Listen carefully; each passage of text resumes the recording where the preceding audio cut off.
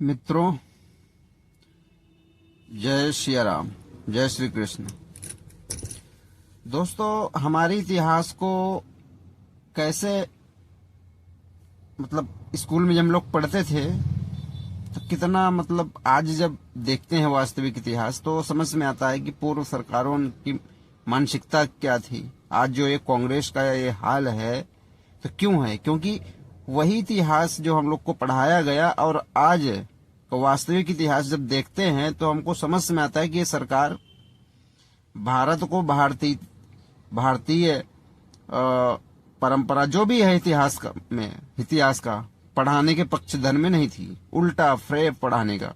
क्योंकि अभी एक वीडियो मेरे जो बगल में है, इसमें जो ये राजस्थान का किला है जोधाबाई अकबर की जो फिल्म भी एक बॉलीवुड जो मुंबई खान गैंग ये बॉलीवुड जो ये है तथाकथित, अब तो खत्म के कगार पर माफ करिएगा। तो थोड़ा सा वीडियो सुनिए। अच्छा, ये जो किला जयगढ़ है ये उन्हीं मान सिंह का है जो जोधाबाई अकबर के साथ शादी हुई थी? यही बड़ी समस्या है। हर आदमी हमारे इतिहास में कहीं भी लिखा हुआ नहीं है, लेकिन ये एक serial Jodha Akbar serial picture बना के हमारे हिंदू संस्कृति को, हिंदुओं का, सनातनी लोगों का, वीर योद्धाओं को सर झुकाने के लिए इनको एक पॉइंट मिल गया, झूठा पॉइंट बना लिया। कोई इतिहास में कहीं लिखा हुआ नहीं है। एक सीरियल और एक पिक्चर बना के इन्होंने झूठा, एक जोधाबाई आमेर की राजकुमारी थी, कोई उसको मान सिंह की बहन बताता है, कोई कौन बताता है, अकबर शादी करती, लेकिन जोधाबाई नाम की राजकुमारी आमेर के अंदर थी ही नहीं। मैं उसी किले में बैठा हूँ, जयगढ़ फोर्ट के सामने, जो राजा मान सिंह का किला था। और राजा मान सिंह 400 साल बाद अपने हिंदुस्तान की हर बहन बेटियों को जो अफगानियों ने उठा के ले गए थे यहाँ पे, और 400 साल तक उनको लूटा था, उनकी असमत लूटी थी, उसका बदला लेने के लिए 400 साल बाद अफगानिस्तान जाके वहाँ पे भयंकर गदर मचा सकता है और वहाँ पे इतना खौफ पैदा कर सकता है कि आज भी वहाँ पे बच्चा भी रोता है, कहते हैं चुप हो जा, नहीं मान सिंह आ जाएगा। कहावत है, मात सुनावे बालका मान सिंह रणगात, भूलो नहीं काबुल आज भी वो खांडो वो हाथ। माता आज भी अपने बच्चों को मान सिंह रणगाथा के बारे में सुनाता है कि काबुल आज भी वो मान सिंह का हाथ खाना नहीं बोला है। वो मान सिंह क्या अपनी बहन किसी अकबर को या मुस्लिम को दे सकता है? अफगानिस्तान लूटने के बाद उस आदमी ने अपनी लाइफ के अंदर 7,000 मंदिर बना दिए थे मुगलों के टाइम में, जब मंदिर का नाम लेना भी गुनाह था। आज भारत सरकार को 80 साल बाद भी एक मंदिर बनाने में 80 साल लगे, आजादी के बाद एक मंदिर, राम मंदिर बनाने में। उस आदमी ने मुगलों के टाइम में, अकबर के टाइम में, जब मंदिर का नाम लेना भी गुनाह था, उस आदमी ने 7,000 मंदिर बना दिए थे। वो शख्स अपनी बहन किसी मुगल को दे सकता है? गले उतरती है आपके?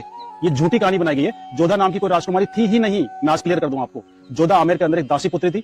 मान सिंह के फादर का नाम था भगवान दास और भगवान दास के फादर का नाम था भारमल। राजा भारमल की शादी जोधपुर हुई थी, जोधपुर की राजकुमारी से। उनके साथ जो दासी आई थी वो पर्शियन थी, ईरानी मुसलमान थी, वो शिया मुसलमान थी, पर्शियन थी। उसकी दासी की लड़की, दासी जो डिलीवरी पीरियड में खत्म हो गई थी, उसकी बच्ची जिसको आमेर की रानी ने, भारमल की वाइफ ने पाल पोस के बड़ा किया, बच्ची की तरह रख के उसको दूध पिला के बड़ा किया। उसकी शादी, क्योंकि वो मुस्लिम थी इसलिए उसका धर्म खराब नहीं हो, इसलिए उसको बेटी के बराबर पाल के उसकी शादी अकबर जैसे बादशाह से करके अपना धर्म निभाया था कि किसी मुस्लिम की शादी हिंदू से नहीं करूं।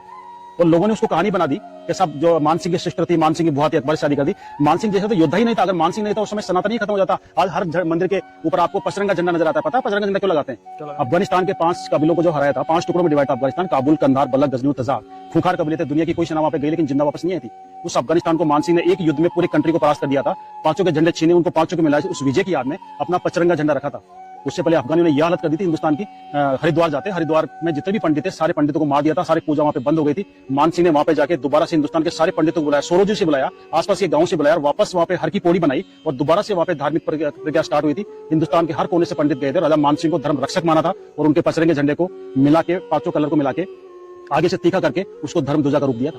आज हर मंदिर के ऊपर 5 कलर का झंडा क्यों मिलता है? ये राजा मान सिंह ने अफगानिस्तान को हराया था, उसी झंडे को धर्म ध्वजा का रूप दिया और राजा मान सिंह को धर्म रक्षक की उपाधि दी सारे हिंदुस्तान के सब पंडितों ने। धर्म बचाया किसी ने? तो राजा मान सिंह ने। हमें बदनाम किया जाता है, मान सिंह को बदनाम किया था कि मान सिंह राणा प्रताप का साथ देते, हिंदुस्तान का इतिहास ही अलग होता। मैं बता दूंगा, माना प्रताप के साथ अगर मान सिंह मिल जाते, उसमें हिंदुस्तान का साउथ पार्ट पूरे अफगानों के अंडर में था और उनको हराना बड़ा मुश्किल था। और उधर से मुगल और आ गए थे, मुगलों के पास वो हथियार थे, तोपे बंदूकें, जो इंडियन के पास किसी के पास नहीं थी। अगर मान सिंह राणा प्रताप से मिलते तो मुगल और पठान मिल जाते, हिंदुस्तान से नामो निशान। और ऐसी कोई बात नहीं है कि किसी, लेकिन सरकार की निष्पक्ष, और ये जो एक इतिहासकार थी वो, उनका कुछ बहुत ही बड़ा अच्छा नाम था उनका, उनकी भी मानसिकता समझ में आती है। जो इतिहासकार थी, कोई लेडीज थी, उनका नाम अभी मुझे याद नहीं आ रहा, वीडियो रिकॉर्डेड करते सब। लेकिन ये जरूर है कि गलत हमको पढ़ाया गया, तभी तो समझ में तो हमें आता था यार कि ये जो पढ़ाया जा रहा है ये सही है या गलत है। आज समझ में आता है कि राम काल्पनिक थे, कृष्ण थे नहीं, कोई उनका वजूद नहीं, वगैरह वगैरह सारी चीजें हैं,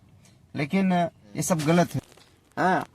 हालांकि वो कोई बोलता है कांग्रेस ने किया है, कांग्रेस ने किया है। अरे कांग्रेस ने नहीं किया है, कांग्रेस ने ईसाइयत और इस्लामिक राष्ट्र बनाने की कोशिश की है। वो तो भला कहिए हमारे जो आपके भारतीय सनातनी वो पार्टी में थे, उनके वजह से बचा रहा है।